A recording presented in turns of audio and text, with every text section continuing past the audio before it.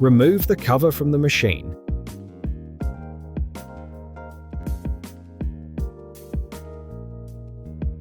When lifting up the cover, the mesh filter can be seen first. Remove the mesh filter. The mesh filter can be cleaned with water and soap. Avoid alcohol-based cleaning fluids. Remove the filter lock. The air filter can be seen first.